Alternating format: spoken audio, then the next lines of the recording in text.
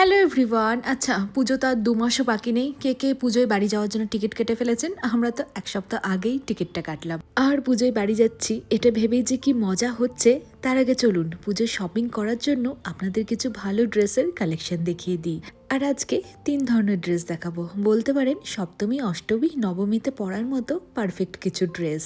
এই যে প্রথমেই দেখুন বেবি কলার, নিচে আবার সাদা রঙের লেসও রয়েছে আর পিওর কটনের ওপরে মিষ্টি একটা অরেঞ্জ রঙের ড্রেস বা জামাও বলতে পারেন। পেছনে ফিতা রয়েছে, অ্যাডজাস্ট করে নেওয়া যাবে। আবার অনেকে নিচে এটা লেগিংস দিয়ে কুর্তি হিসেবেও পরতে পারেন। তো এটা সপ্তমীর দিন পরার জন্য মনে হয় বেশ পারফেক্ট হবে। আর অষ্টমীতে আমরা একটুখানি ট্র্যাডিশনাল কিছু পরতে চাই, শাড়ি বাদে সালোয়ার স্যুট একটা ভালো অপশন রয়েছে। আমি তো আজকাল মেয়ের জন্য শাড়ির থেকে এরকম সালোয়ার স্যুট পরেই ঠাকুর দেখা বেশি প্রেফার করছি। এই কালারটাও বেশ মিষ্টি, তাই না? আর চুড়িদারের সাথে ওড়নাটাও খুব সুন্দর মানিয়েছে।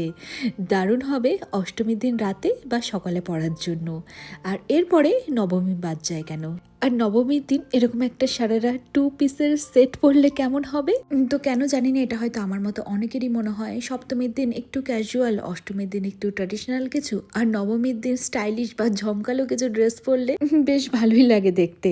যাই হোক, এই ড্রেসগুলো কিন্তু সবই সিঁদুরার কালেকশন। আপনারা যদি সেখান থেকে এই সুন্দর সুন্দর ইউনিক কালেকশনগুলো রিজনেবল প্রাইসে পেতে চান তাহলে অবশ্যই ব্র্যান্ডের সাথে যোগাযোগ করে নেবেন। আমি পেজকে ট্যাগ করে দিয়েছি। এবার আপনারা একটা জিনিস লক্ষ্য করেছেন কিনা আমি বলে দিই, কারণ আমি ভিডিও করার সময় তাড়াহুড়োতে এই সারারার সেটটা উল্টো পরে নিয়েছিলাম।